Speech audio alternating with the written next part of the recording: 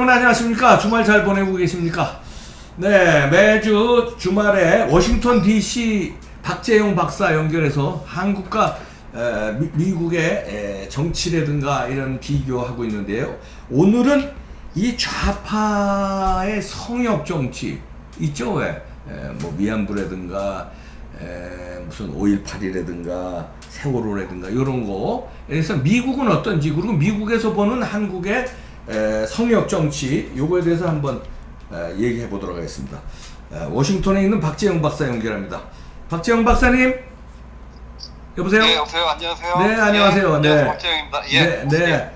자, 이게 성역으로 흥한 자, 성역으로 망한다는 말이 있는데, 이 좌파들의 성역 정치 어떻게 보고 계십니까?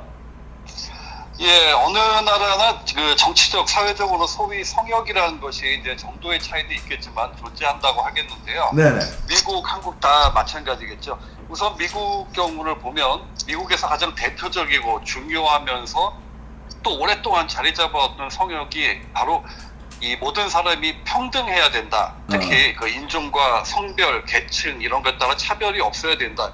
그 평등 정신이라고 할 수가 있겠죠. 거기는 인종이 뭐 다양한 나라니까요. 네. 예, 그러니까 굉장히 이걸 중요시할 수밖에 없는 문제인데, 실제로 정치인이나 연예인, 뭐 운동선수 이런 소위 유명 인사들이 이 평등이라는 원칙에 어긋나는 행동, 말이나 이런 걸 했다가 완전히 망가진 사례가 수없이 많죠. 그렇죠. 뭐 아무리 그 대중의 사랑을 받는 사람이라도 이걸 어겼다가는 사회적으로 용서를 받지 못한다. 이걸 이제 미국에서 누구나 당연시하는 분위기인데요. 그런데 이 모든 사람의 평등, 차별 금지라는 성역을 바탕으로 그동안 이어져 왔던 사회의 움직임, 특히 정치, 정책 등에서의 구조적인 문제가 계속 드러나면서 그 중요성에도 불구하고 그것에 대한 이제 불만이 계속 한쪽에서 자라나고 있었습니다. 예. 특히 이러한 성역이 소위 PC라고 하죠. 이제 Political Correctness라고 하는 그런 말들이 요즘 많이 돌고 있는데, 이제 그 이제 한국말로 소개하면 어떤 겁니까?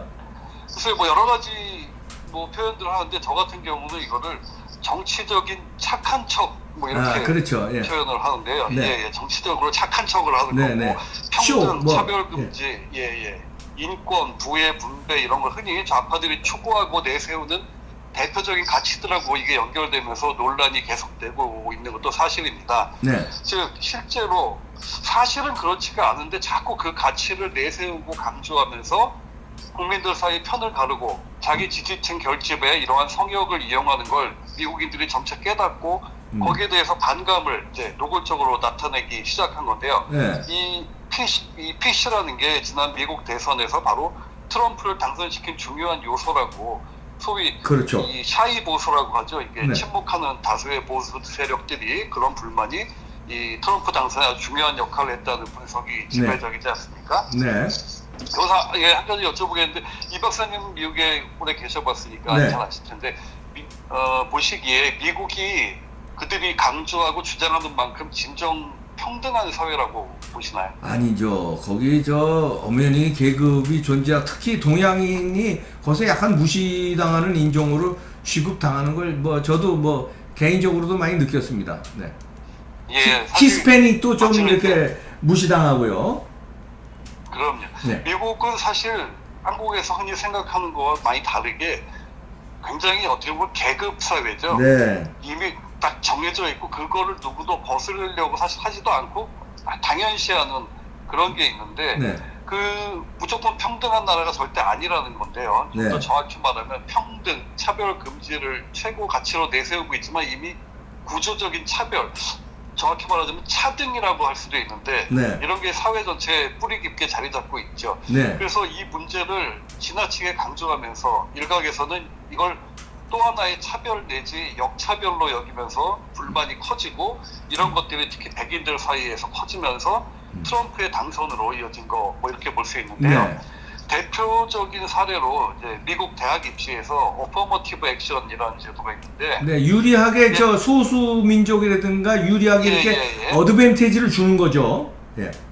각 대학 이제 학생 선발할 때 인종별, 계층별로 일정 비율을 지켜야 한다. 근데 예를 들면 흑인을, 그러니까 소수 인종을 20% 이상 뽑아야 된다라고 하면, 달리 말하면 20%까지만 뽑아도 된다는 말도 또 되지 않습니까? 아, 예. 예, 그러다 보니까 이게 차별을 막기 위한, 평등을 위한 제도가 오히려 피해를 보는 사람들이 생겨날 수밖에 없는데, 특히 이 한국계, 중국계 이런 아시아계 성적 좋은 학생들이 가장 큰 피해자가 되고 있는데요. 그렇죠. 비슷한 성적의 흑인이나 아메리칸 인디언계 학생들이 소위 하버드 같은 소위 아이비리그 대학에 합격할 때 거의 같은 성적을 받은 한국계나 중국계 학생들은 떨어진다는 겁니다. 이 어퍼머티브 액션 때문에. 네. 그래서 이 문제로 하버드 상대로 소송도 제기하는 등 문제가 더해가고 있는데, 네. 또 한 가지 사례가 오바마 대통령이 가장 역점을 두고 추진했던 그 건강보험 정책, 일명 오바마 케어라고 하는 게 있는데, 네. 이게 지금 트럼프 이제 취임 후에 거의 사라지다시피 했지만 아직 이제 올해까지 네. 이게 유지가 되고 있는데요. 네. 미국의 엄청난 의료비 부담 때문에 이제 국민 세금으로 보조금 지급해가면서 건강보험 전 국민 이제 의무화한 건데, 네. 보험 가입하지 않으면 벌금을 물려요, 이게. 근데 이게 좀 어이가 없는 게, 네. 돈이 없어서 그 보조금 통한 보험조차도 가입을 못하는 사람들은 상당히 있는데, 그렇죠. 그런 사람들에게 벌금을 물리는 거죠. 그러니까 돈 없어서 보험 가입 못했으면 벌금 내, 이런 식이 된 겁니다. 네. 그 재원으로 또 이걸 유지해야 되기 때문에 돈 없어서 보험 못 드는 사람들한테 벌금을 받아가지고 그 재원을 또 거기다 활용하는 이런 이상한 상황이 벌어지니까 네. 당연히 국민들의 불만이 대단하죠. 네. 그래서 이제 트럼프가 아주 우선 공약으로 자기가 당선되면 이거부터 없애겠다라고 했죠. 네. 그래가지고 이게 진짜로 트럼프 당선에 중요한 또 요인으로 작용을 해가지고 그 오바마 케어가 없어지게 됐는데, 네. 여기서 볼 수 있는 게 이 정치적 사회적인 성역을 지나치게 강조하다 보면 이게 자칫 전체주의처럼 흐르게 되고 성역에 대한 이 공감대마저 무너지는 그런 위기를 맞을 수가 있는 겁니다. 네. 네. 그러니까 즉 미국에서는 이 바로 평등이라는 성역에 대한 불만, 특히 보수층의 불만이 트럼프 당선을 이끌었고 이게 또 무시 못할 힘인데, 예. 이 평등에 대한 주로 백인들의 불만이 어떻게 작동하느냐에 따라서 지금 어제 트럼프가 또 그 재선 위한 그 출정식을 했는데, 네. 트럼프가 그 대통령의 재선이 성공할 수 있을지 그 여부를 이 문제에 달렸다고도 볼 수가 있겠습니다. 아, 미국이 그렇군요. 자, 그러면 이번에는 한국에 대입해 보면, 그렇다면 한국에서도 지금 평등, 사실은 역차별에 불만을 느낀 백인들이 트럼프한테 몰표를 줬다. 그렇게 해서 트럼프 당선의 원인이 됐다고 보면, 이제 한국에서 그러면 역차별에 문재인 대통령으로부터 역차별을 당한 보수들이 똘똘 뭉쳐서 다음번에는 총선에서 보수 승리를 예측할 수 있나요? 어떻게 보시나요? 예, 그러니까 미국에서 이 평등이라는 가치가 최고 성역으로 오랫동안 자리 잡은 거에 비하면 한국의 정치적, 사회적 성역은 상당히 이해하기 어려운 측면이 많다고 하겠습니다. 아, 예. 하나 예를 들면 얼마 전에 제가 우연히 유튜브에서 봤는데요. 네. 이 박사님 얼마 전에 좀 다른 어떤 유튜브 채널에 몇 분하고 같이 출연해서 네. 노무현 전 대통령 문제 지적하는 걸 봤는데 네. 예, 당시에 어떤 그 출연자 한 분이 그 노 전 대통령 얘기 나오니까 아주 굉장히 화를 내시더라고요. 긴갑수요, 긴갑수. 하지 말라고 막. 얘기도 꺼내지 못하게 하더만요. 예. 네, 저도 그걸 우연히 봤는데 굉장히 너무 황당해가지고, 네. 아니 자기 부모 욕한 것도 아니고 이렇게 엄청난 소리를 했다고 그러지 어이가 네. 없더라고요. 네. 제가 사실 그동안 이 박사님 방송 여러 번 많이 여러 가지 봤는데 네. 사실 지금 그렇게 불쌍해 보인 게 처음입니다. 너무 막 소리 지르고 그러니까. 예, 예. 막 소리를 지르더라고요. 그 이름 꺼내지 마! 그만해! 이러고. 저 양반이 왜 그러나 네. 이해가 안 갔는데 네. 바로 그게 한국에서 소위 성역이라는 존재의 특성을 가장 잘 보여주는 사례라고 생각합니다. 그러네요. 예. 진짜 말 그대로 성역인 거죠. 예. 그러니까 누구도 거기에 토를 달면 가만두지 않겠다 막 덤벼대는데 바로 네. 그런 존재가 된 거죠. 예. 그러니까 그런 식의 성역이 한두 가지가 아니죠. 종군 위안부 문제도 있고 세월호, 네. 여전히 시끄러운 5.18 네. 특히 북한, 정확히 말하자면 그 김정은 독재 세력 네. 이런 것들이 어떻게 보면 한국에서 성역으로 계속 생겨나면서 네. 논란을 이어가고 있습니다. 네. 또한 한국에서 성역의 문제는 미국에서 평등을 성역으로 여기는 것처럼 오랜 기간 적어도 표면적으로라도 거의 모든 미국인들이 공감하면서 국가적 가치로 자리 잡은 그런 성역과는 또 너무 다르다는 건데요. 네.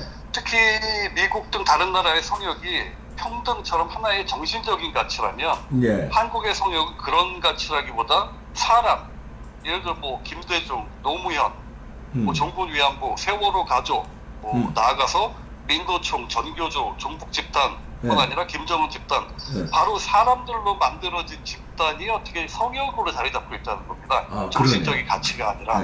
예. 그리고 또 진짜 큰 최고의 성역이 있죠, 바로 한국엔. 뭐냐면 그 좌파들 사이에 우리 편, 내 편. 그러니까 한마디로 좌파, 우리 편, 내 편이 무조건 최고의 성역이죠. 그 안에 속하면. 그러니까 우리 편은 무조건 선이고 정의고, 다른 편은 무조건 악이다. 거의 이런 분위기 아닙니까? 그렇죠. 그래서 마치 조폭들이나 흉악범들 어디 잡혀온 사람들 뭐 인터뷰하는 거 보면 자기 같은 친구들은 또 세상에 제일 좋은 놈이라고 그러지 않습니까? 맞아요. 아무리 흉악범 치더라도. 그러니까 내 편, 우리 편은 하여튼 최고의 성역이고 정의고 뭐 선이라는 거 이런 건데, 적어도 사회에서 성역으로 인정받으려면 대다수 구성원들이 그걸 인정하고 받아들여야 되는 거 아니겠습니까? 그렇죠. 네. 그런데 한국에선 좌파들이 만든 성역이라는 것들이 어디 그렇지가 않죠. 바로 성역이 우리 편만의 정치적, 경제적 이익 위한 이제 도구. 그래가지고 결국 반쪽짜리 성역 내지는 이제 그들만의 성역 이렇게 되는데, 그러다 보니까 그 평등이 아까 미국에서 예를 들었던 평등 문제도 미국처럼 이 보편적인 평등이 아니라 자기들의 이익을 위한 평등, 조작된 가짜 평등을 추구하는 게 되는데, 대표적으로 그 뭐 정부 요직에 있는 지금 정권에 있는 사람들 다 보면 상당수가 자기 자식은 외고 뭐 특목고 보내놓고 그런 학교 보낼 필요 없다는 식의 정책을 추진하고 있지 않습니까? 그렇죠. 그러면서 그 교육의 평등, 기회의 평등 엄청나게 외치면서 자기 자식은 특별한 교육을 받아야 되고 다른 사람들은 그럴 필요 없다. 자기는 강남에 살아야 되지만 다른 모두가 강남에 살 필요는 없다. 뭐 이런 소리들을 하면서 겉으로는 평등을 추구하니까 이게 이제 보편적인 가치로 인정을 절대 받을 수가 없는 건데요. 이런 상황에서 더 답답한 건 뭐냐면, 그렇게 비정상적이고 이해 못할 성역이 계속 만들어지고 논란이 이어지는데 왜 이 보수 우파 진영에선 계속 거기에 끌려다니면서 잘못된 상황을 바로잡을 노력을 못하냐는 거죠. 그러네요. 전에 한국당 의원들 5.18 발언한 거, 뭐 차명진 전 의원 세월호 발언 등으로 논란이 일어날 때 그 성역이란 프레임에 갇혀가지고 꼼짝도 못하고 끌려다니는데, 지난 그 박근혜 대통령 탄핵 당시에 온갖 추악한 짓들을 표현의 자유, 언론의 자유란 이름으로 자행해 낼 때도 눈치만 보다가 막 이게 반대로 자기들이 이제 저쪽에서 문제 삼고 덤빌 때 왜 아무 소리도 못하고 그러게요. 눈치 보고 끌려다니냐. 정말 답답한 거죠. 그 뭐 그런 상황에서 그나마 어떻게 또 위안을 삼을 수 있는 건 저들이 성역을 만들고 또 그걸 유지하면서 정치적으로 이용하는 과정에 필수적인 게 있는데 바로 그들의 특기, 위선과 가식 이런 건데요.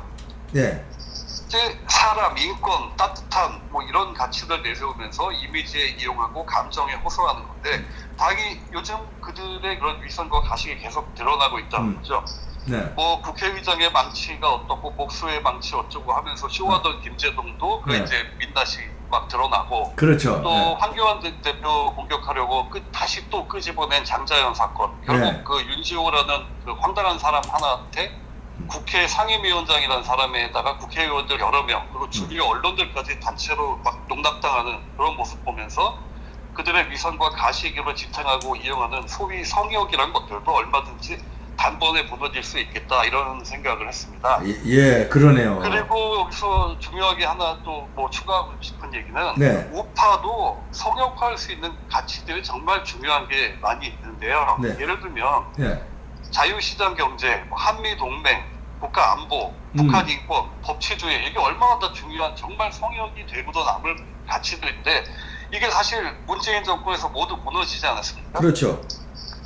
이런 가치들이야말로 국가와 민족을 위해서 진정한 성역이 돼야 된다고 보는데, 이거를 우파들도 이런 가치들 건드리면은 그 좌파들이 그러는 것처럼 절대 가만 안 두고 쫓아가서 다 부셔버린다 하는 그런 정신으로 나가야 되지 않을까. 아. 그런 분위기를 빨리 만들어줘야 된다. 이렇게 생각을 합니다. 아이고, 예, 아이고, 옳은 말씀 하셨네요.